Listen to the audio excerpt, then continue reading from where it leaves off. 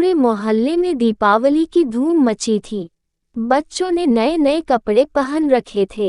उनके गुलक पड़े और शोर शराबे से पूरा मोहल्ला गूंज रहा था। हर घर दीपों की रोशनी से झिलमिला रहा था। कहीं कहीं बिजली के बल्ब भी शान से टिमटिमा रहे थे।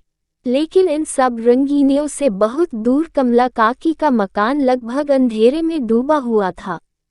यद्यपि उनके मकान पर भी 2 दीपक जल रहे थे, लेकिन इस जगमगाहट में वे निस्तेज से लग रहे थे। दूसरे किसी को इसकी खबर हो या न हो, लेकिन नन्हे आदित्य को ये बहुत अजीब लग रहा था। वह सोच रहा था आखिर कमला काकी दिवाली क्यों नहीं मनाती हैं। उसे अच्छी तरह से याद था कि कमला काकी ने पिछले साल भी दिए नहीं जलाए थे और शायद उससे पिछले साल भी नहीं।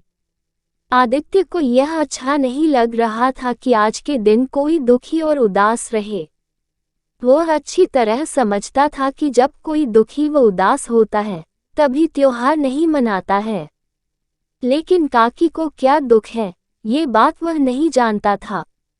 आज मैं काकी का दुख जानकर ही रहूंगा, ये निर्णय करके वह जा पहुंचा अपनी माँ के पास। माँ उस समय रसोईघर में मिठाई तैयार कर रही थी।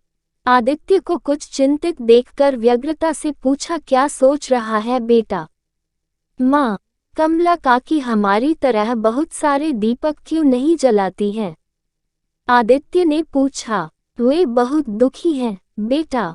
उन्हें दिवाली का त्योहार अच्छा नहीं लगता, क्योंकि इस दिन उनका इकलौता बेटा पटाखे चलाते समय दुर्घटनाग्रस्त होकर मर गया था। उनके पति भी नहीं हैं। बेचारी मेहनत मजदूरी करके गुजारा करती है, माँ ने समझाया। आप मुझे हमेशा कहती हो कि दीन दुखी की सेवा करनी चाहिए, तब क्या मैं काकी का बेटा बन जाऊं? आदित्य ने आज्ञा लेने की दृष्टि से पूछा। किसी अच्छे काम के लिए मैं भला क्यों मना करूंगी, माँ ने मुस्कुराते हुए कहा। माँ की स्वीकृति मिलते ही आदित्य का चेहरा खिल उठा। वह सरपट कमला काकी के घर की ओर भागा, लेकिन माँ की आवाज सुनकर उसे वापस लौटना पड़ा। बेटा, यह मिठाई तो लेते जा, कहते हुए जब माँ ने मिठाई का डिब्बा आदित्य के हाथों में थमाया तो उसे अपनी माँ पर गर्व हुआ। मिठाई का डिब्बा लेकर वह काकी के घर की ओर दौड़ा। प्रसन्नता के मारे उसके कदम धरती पर नहीं पड़ रहे थे। आज वह किसी बेसहारा का सहारा बनने जा रहा था। शीघ्र ही वह कमला काकी के घर पहुंच गया। काकी घर के एक कोने में बैठी रो रही थी। शायद उन्हें अपना बेटा याद आ रहा था। काकी, आप रो रही हो? आदित्य ने पूछा, पर काकी चुप बैठी रही, जैसे कुछ सुना ही न हो। आदित्य ने काकी को हाथ से झकझोरकर पूछा, बताए काकी, आपको क्या दुख है? लेकिन काकी ने आदित्य के प्रश्न का कोई जवाब नहीं दिया। अपने आंसू पोंछते हुए उन्होंने आदित्य को बैठने के लिए कहा, पर आदित्य तो जैसे घर से दृढ़ निश्चय करके आया था। बोला, मैं जानना चाहता हूँ कि आप दीपावली के दिन बहुत सारे दीपक क्यों नहीं जलाती और आप अभी रो क्यों रही हो? आदित्य की जिद के आगे कमला काकी को झुकना पड़ा। उन्होंने भरे गले से इतना ही कहा, जरा अपने बेटे की याद आ गई थी। आज अगर वह जीवित होता तो वह भी तुम्हारे जितना ही होता।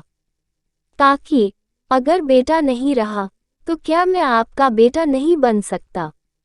मुझे अपना बेटा बना लो काकी, आज से मैं तुम्हारा बेटा हूँ, आदित्य ने भोलेपन के साथ कहा। कमला काकी ने बेटा कहकर आदित्य को गले लगा दिया। आज वर्षों बाद कमला काकी के घर में दीप झिलमिला उठे थे। दोस्तों, अगर आपको ये कहानी थोड़ी बहुत भी पसंद आई हो तो कमेंट करके जरूर बताएं तथा अपने दोस्तों के साथ शेयर करना ना भूलें। और चैनल पर नए हैं तो सब्सक्राइब जरूर करें। धन्यवाद।